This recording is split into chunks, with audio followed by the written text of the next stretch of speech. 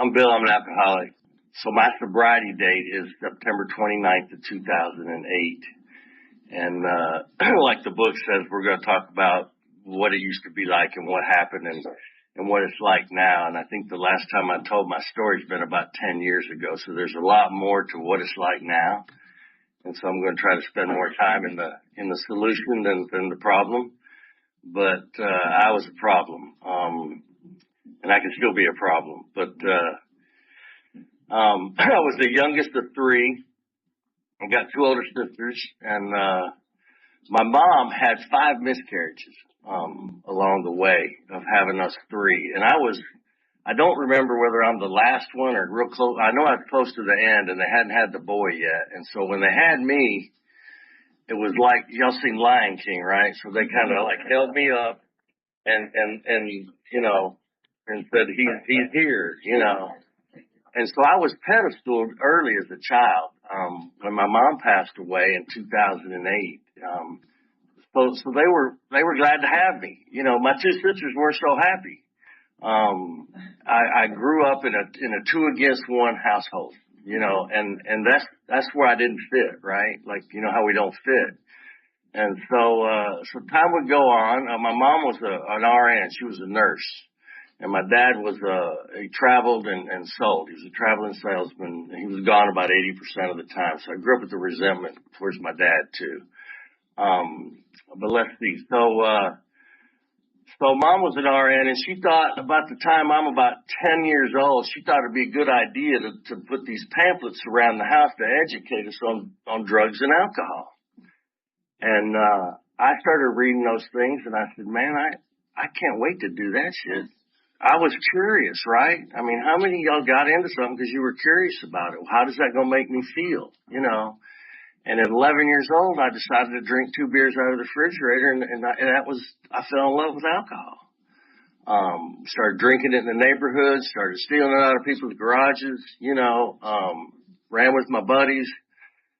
I get into, you know, high school, and I went to a Catholic school, all to 11 out of 12 years. We'll tell that tale in a minute, what happened that 12th year, but, so I get into, a lot of that, and, at about age 16, my sophomore year in high school, my buddies, and my hair is down to here, and I ran with the heads. You know, we had the heads and the jocks and the nerds. I don't even know if they were called nerds back then, but there were groups, and my group was the heads. And I was one of the leaders. You know, I smoked a lot of pot, and, you know, my two older sisters dabbled in that. I can remember smelling marijuana for the first time on them and going, I know what that is, you know, and I found theirs and stole it and smoked it, you know, and so there I am at 16, and, the summer after I get, my buddies, the heads, they put me up to running for class president for my junior year, and I win. They'll get me elected. And the administration wasn't very happy. And so, but during that summer, I got anxious. I started to develop this anxious disorder, kind of anxiety. And I had what was diagnosed back then as a manic episode. I was hearing things, I was seeing things, and it probably didn't help that I'd started to do other drugs.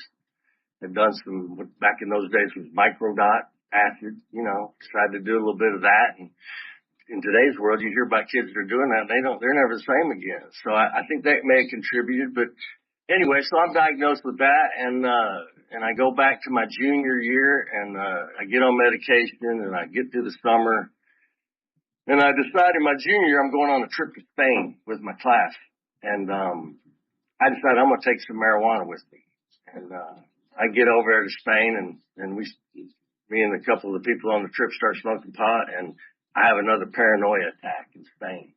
I have another manic episode. My mom has to come and get me, bring me back to the United States, and they're ready to like put me in a place for a little while.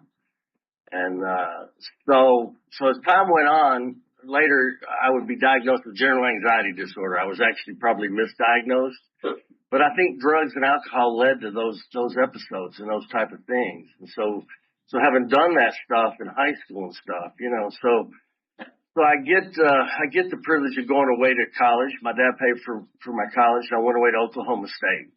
And I had the 1,000-mile string, the University of Tennessee. I grew up in Chattanooga. I'm a Vols fan. I know y'all love that. Um, so, uh, I wanted to go far away. And, my dad had known a man he worked with that went to Oklahoma State, and he took me out there, and I said, man, this is far away from home. This is going to be awesome. I've been in a lot of trouble my junior and senior year. Right before I'm going out to Oklahoma State, I get a call from a girl I'd been dating, and I got expelled from the Spain trip. They threw me out. So the last year of my senior year, I go to a Seventh-day Adventist high school. Public school wasn't going to be good enough. My parents thought they sent me to public school. That'd be horrible. So they sent me to an Adventist high school, and it's smaller than the Catholic high school. But it takes me about a week to find my people, right? Like there's about a half a dozen of them up there that smoke pot and drink, and I'm like, they're my people. Let's run together.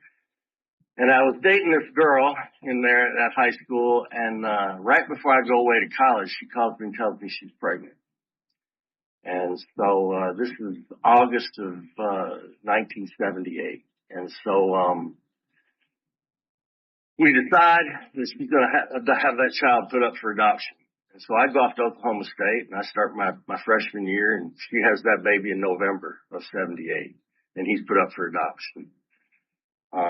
So we go on, and I get into college, and that kind of fades out, and man, college was just a rip-roaring time. Tons of drinking, lots of partying, lots of drugs, lots of alcohol. And I go on the 5-year program. I get involved in the restaurant business, and I never graduate. My dad's disappointed. My parents are disappointed. You know, the Lion King isn't being too successful these days. You know, and I always had that working against me, like, hey, look at him. But I knew I was a piece of crap, right? Like I knew I wasn't as good as they wanted me to be. So that drove at my drinking, and it drove my drinking and stuff. So I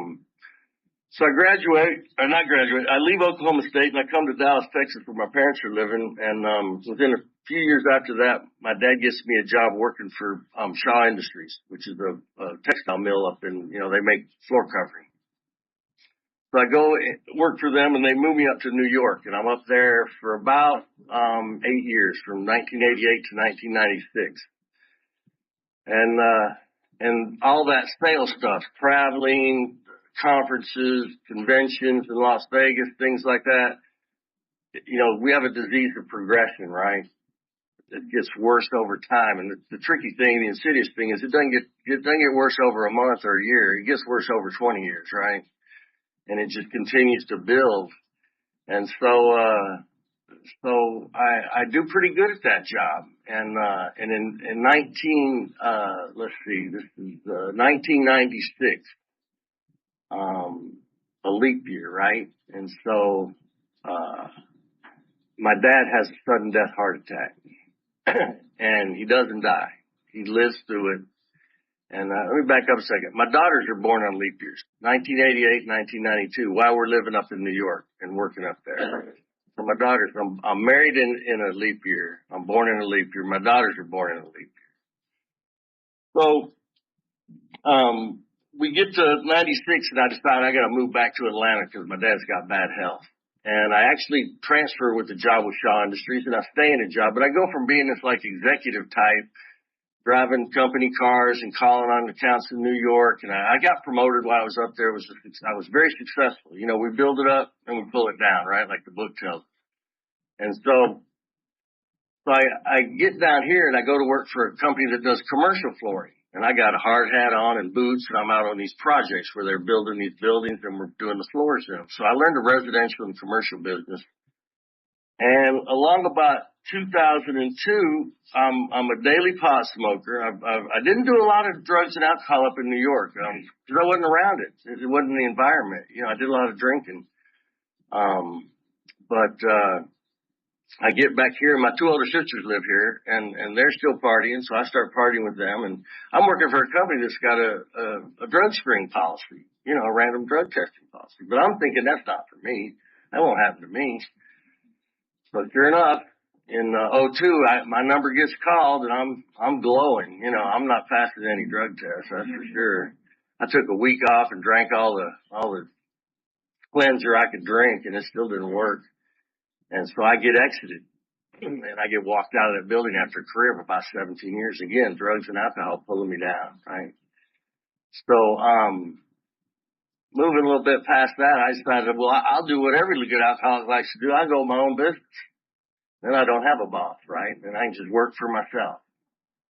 And man, that was the ticket. Because then I could start drinking at lunch. I could start drinking more often. And so in '02, and it takes off. I do like $70,000 in the first month of business because I take a bunch of commercial accounts with me. I steal my account, I bring them with me, and I call on them, and they like me, so they keep giving me business.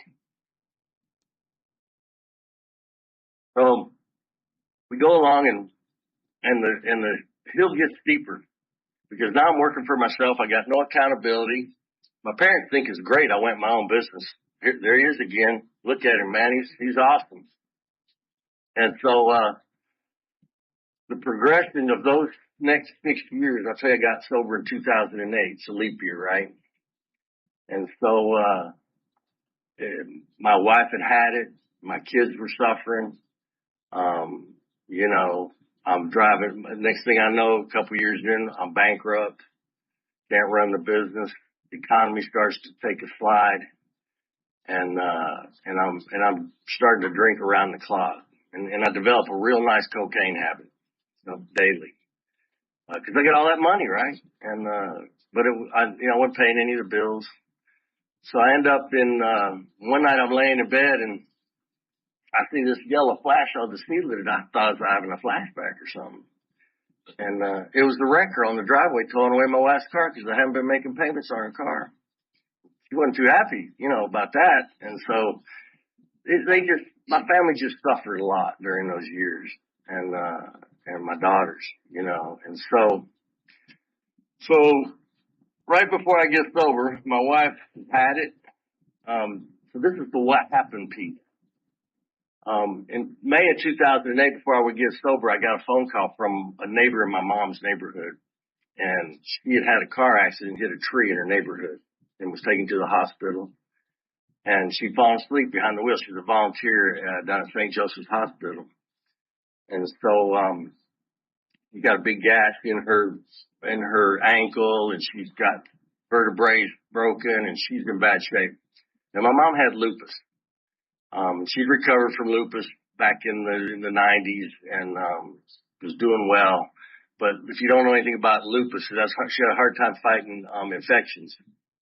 And so she's in the hospital from May to August, battling for her life, kinda, and I'm drinking my head off. I'm down there drunk and I'm sure the nurses knew it, and, she finally starts to get well, but they do a stomach, tube for a feeding tube and it tears and she dies a week later in 2008.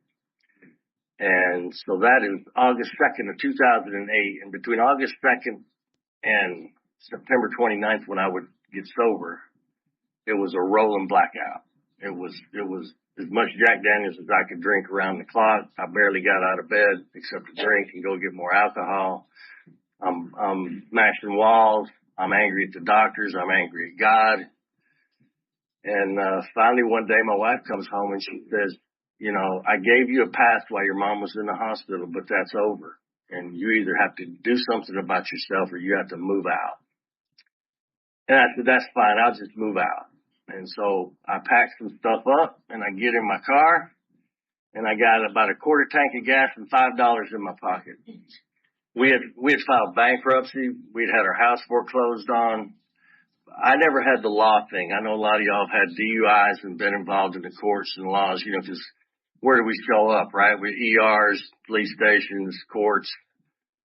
I didn't have that, but I had financial ruin. I work with a lot of people with addiction and I always say, well, how's your relationship? How's your health? How's your bank account? Cause those are the three things that get devastated.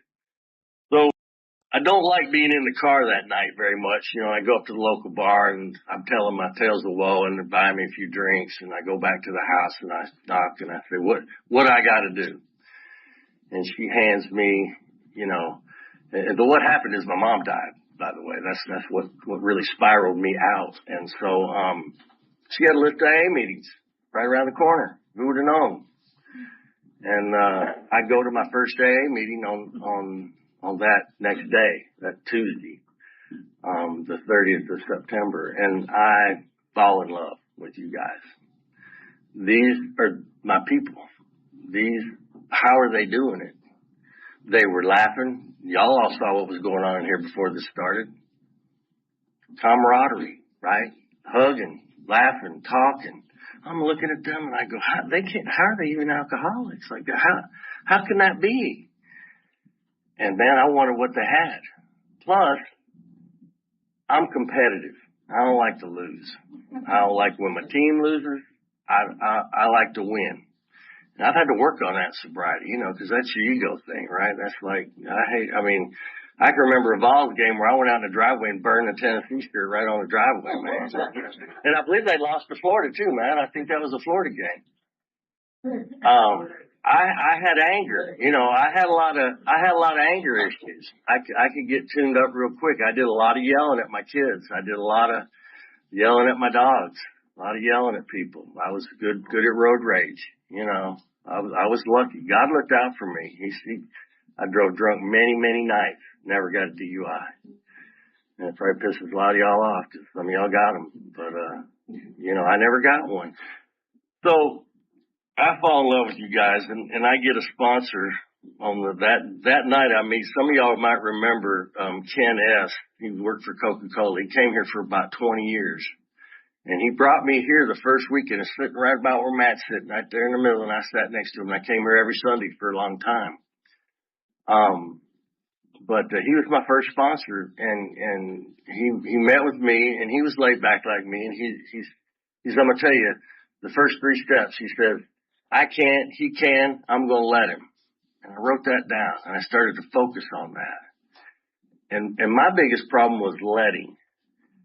I got it. I got this. I can't count the times I told my parents and my wife and I got it. I got this. Don't worry. I got it. And I didn't have it. God's got it. So I start going to a meeting every night. I do 90. I think a lot of y'all know Howard. He comes up here a lot and, him and I meet. We got about a month apart sobriety days. And we go to over 500 meetings our first year. So we're not working. I'm not, my floor covering business is still in the tank. I'm still running it. It's still operating because I worked it out of my house. If I'd had a store, it would have closed. But I starts to come back. Life starts to pick back up. Things start to get better. My dogs are greeting me at the door. They're not hiding under the bed when I come home. My oldest daughter had gone away to the University of Tennessee, so she missed the last 2 years of my drinking. But my younger daughter, got the brunt of my alcoholism. And, she's joining our ranks these days. She's become one of us and she's working on it. She's in early sobriety and I can't fix her like I can't fix me, but you can fix her and God can help her. So I got two daughters, very opposite. One doesn't have what we got and the other one probably does. So we're working on that. So Ken is a good sponsor. I go through the steps several times. Some of y'all have heard about this Navalco class that's done around the area. I do a couple of those and I go through the steps real intensely, like twice. And at about 10 months, I start sponsoring people. And man, I'm doing the deal and I love AA. I've loved it from the beginning. There's been very few times in my life where it's come second or third, a couple funny stories. I'm about 2 months sober. I'm in a meeting and, the topic is, why do we come here? And I'm like, well, I'm here because my wife sent me here. Like, that's why I'm here. I want to sleep in the house. So I get all anxious about like, man, I'm not here for the right reason. Like I'm probably going to relapse, and I was scared to death of relapse early on. And so Ken's there that night and we talk and he says, man, you got to put this first. He said, this has to come above everything. He says, you have to go after this like you did your drinking. You have to have the same intensity. And so I go home and I tell my wife, I said, well, honey, and she's not happy. Because y'all got me sober overnight, and she's been trying to get me sober for years. My family's been trying to get me sober for years. She didn't understand about what it is about y'all that's so great, you know. And so I go home and I go, I learned tonight that you kind of have to be third, you know. And, you're not real happy about third. And, well, that's how, you know, that's, if they got one, you know, you may just go, you know, blah, blah, blah. And she was angry. And, later, 6 months later, she would go to Al-Anon and a little woman, she told a story in Al-Anon, the little woman come up to her and said, honey, third is an upgrade. Like, you better enjoy that because you want him to stay sober and you were probably behind a lot of other stuff. You know, you may not even make the list someday. So we laugh today, you know, we just recently, this last year, 2024, right? Married in a leap year. So, it's leap year again and we're 40 years married. We spent, 2 weeks in Italy. We didn't kill each other. We had an awesome time and, it was a trip of a lifetime. We've been planning for a few years. So we get to celebrate sobriety today, but a lot of good things happened to me in sobriety because of you all, because of what I learned. I had a huge ego when I came in. I always said I had to put the valve stem installed because I couldn't get my head through the door when I first came in here. I'll never forget the first night. I'm like, I learned there was no leadership. Like nobody's in charge here. I go, well, just give me a few months. I'll be in charge of the whole place. You know, like, I watch this, you know. And, I've been president of my class, right? So I'm like, what, you know, but just a lot of good things started to happen. I'm about 18 months sober and I'm sitting down at the men's extension in Marietta and, JJ's running that thing back then and I'm on Power Hour night and he's talking about his education, how he went back to school. And there was another fella in my home group that had gone back to school and I'm thinking, maybe I ought to go finish that degree I never finished back in 1988 or whatever it was when I left Oklahoma State. But so I do. I take my transcripts from Oklahoma State and I hike over to Kennesaw State and I go, I want to finish my business degree. And they say, well, we'll give you credit for like 66 of those 90 hours you took. And I was shocked. I got 2 years, you know, I can be done with that degree in less than 2 years. Let's go. So I dive in and just like anything else, I take a couple summer classes just to test the water and I get 2 A's. There wasn't any A's on my transcript anywhere. I never made an A before. And I'm like, man, this is going to be awesome. So I got my business major going and the second semester that I take for an elective, I had like one elective to take and I take a psychology class. I thought, well, that'll be fun. And man, that class, talk about turning yourself on your head to psychology. I mean, I got flipped and I loved it. And the teacher of that class became a mentor to me. And she still is in my life today. This is 2010. So, I come home, I tell my wife again, I said, I'm going to switch my major to psychology. And she's like, you're going to what? How long is that going to take? You know, how much is that going to cost? And so I'm like, I don't know. I'm just thrilled I love the class. You know, I'm making A's and I got to do it.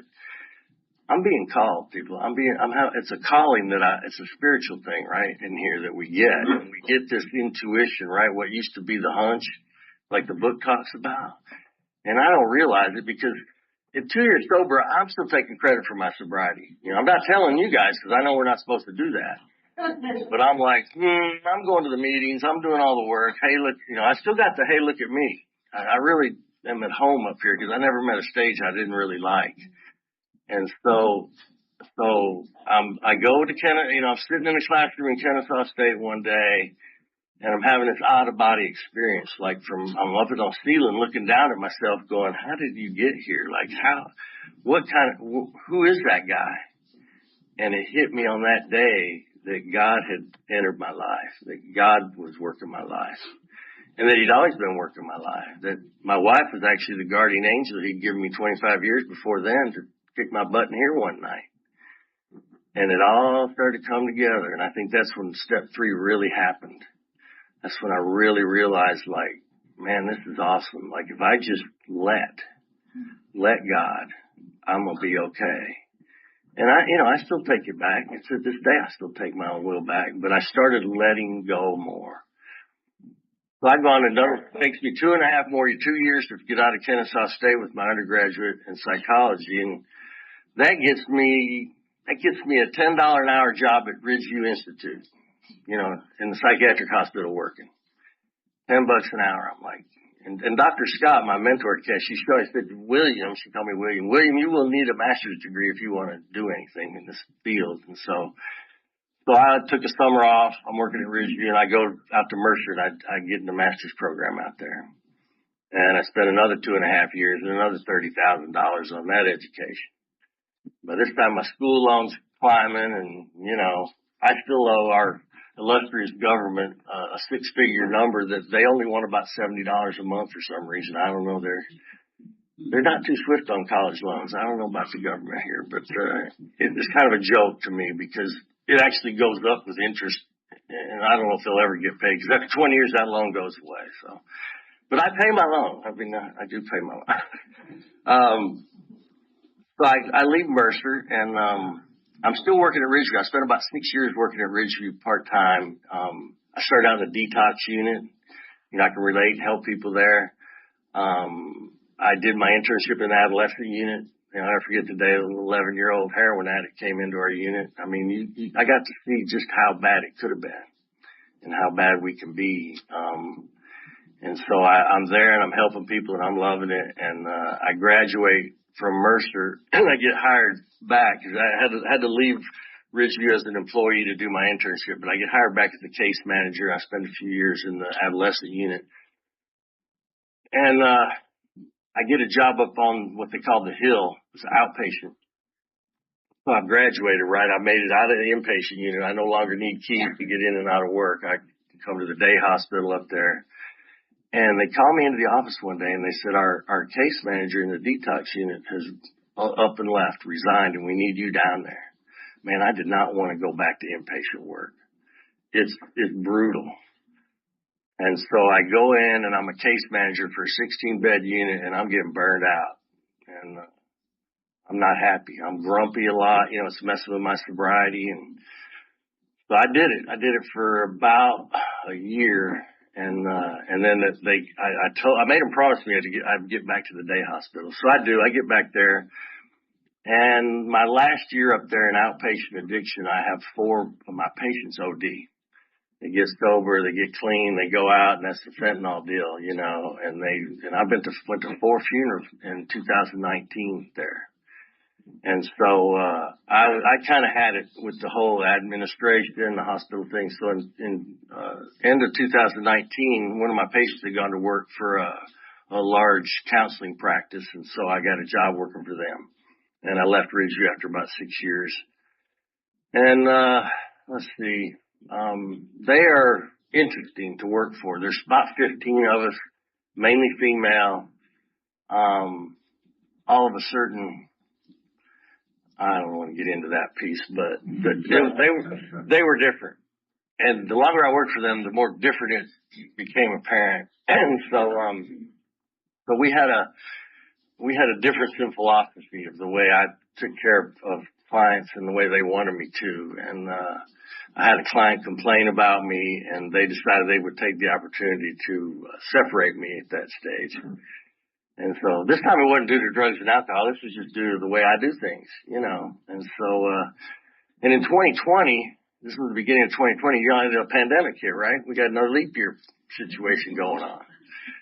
So 2020 and, my flooring business blows up. I'm still doing that. The whole time through school, I'm still going out and doing work. I got the same installers for 20 years. I'm very blessed to have the business I have. It's tricky working in people's homes still today, but I use my psychology on a lot of those people don't realize it, but I'm calming them down.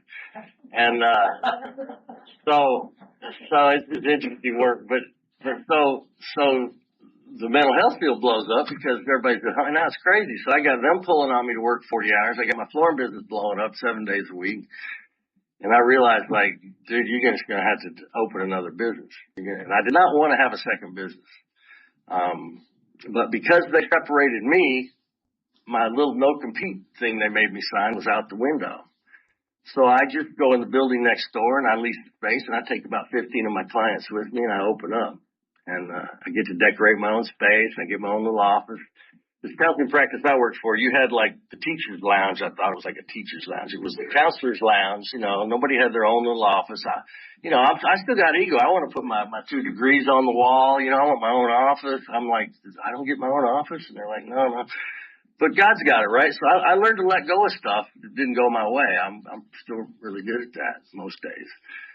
So, I opened up my own office in 21 and, it just goes great. I'm in there about 20 hours a week. I get to help a lot of people so they don't have to go to inpatient, so they don't have to end up in psych wards. And I get to do that. So I'm very blessed. If it hadn't been for AA, it wouldn't be like that. And I don't know how my life would have ended or been, but it wouldn't be like it is today because of you all. So, I'm going to end with a really good story. So we're going to think back to 1978 when that little boy was adopted, right? And the 4th of July in 2024, what is it? Leap year again, right? Leap year. We've learned to look out for leap years. So, I get a messenger through my Facebook on 4th of July morning. And it's funny because my wife and I talked about it earlier in the year. My wife always knew about him. My daughters did not. And so, early in the year I thought, maybe it's time I tell my daughters, and just he might show up someday and they're not even going to know he's out there, so, but I don't get around to it. And, but I get a messenger from a girl that says, I believe I'm your granddaughter. And she knows the name of the girl that I got pregnant. It's in the text. And I'm like, whoa, this is it. It's happening. Like they found me. And I'm glad. I mean, was always open to it. Why I didn't ever pursue it myself, I don't know. I think it was maybe I didn't want to mess with his privacy. I thought it would be too hard to find him. I just never had that pull to do that. I guess I feel slightly guilty about that, but not too bad because of how it ends up. But, so she lives in Knoxville, Tennessee, and she has a life, that she's the oldest of 4 of his kids. He has 4 daughters and 2 grandsons. So in the course of a conversation, I'm a great grandfather, just like that. And it's just hard to believe.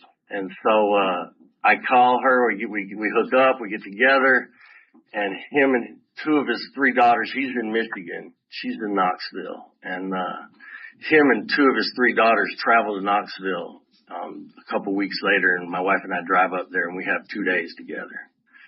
And his family is awesome. He has suffered from what we have. He's one of us. He's been in and out of rehab, in and out of prison. He's now almost 3 years sober. His daughters, the oldest one has a different mother. The one in Knoxville has a different mom. And so when he married and had the other 3, she has bipolar and addiction. And so his next 3 daughters, his youngest 3, have been battered between the 2 parents, and stayed with people and had days they didn't know where they were going to eat or where they were going to sleep. They've all been through it, like a lot of us have as the children of alcoholic parents. And so, but they've all been in therapy for a long time. They got good therapists. They're well grounded. It's amazing that we all meet when we're all in the best place we've ever been in our lives. Like everybody is in a good place today. So it's just amazing how that goes. My wife and I are going to travel up to see him on his birthday in November 21st. And, he's shocked that I'm coming. And I said, son, I missed 45 of your birthdays. I'm not missing the 46. I'll be there. And, we just this last weekend had his oldest daughter in Knoxville come down and stay with us with her 18 or now 21 month son, bright red hair, fiery little guy, but he's beautiful. They're beautiful. And I got a whole new family. you know, in addition to the lovely family I already got. My oldest daughter lives in Jacksonville, Florida, has two kids, 6 and 3, a girl and a boy. My other daughter is living with us now and working on herself, and I got another, 3 kids instead of 2, and we got a different family. So that's how God works in our lives. That is all God, and God's time is not ours. Our time is the human time, my time, our time. This is all God's time.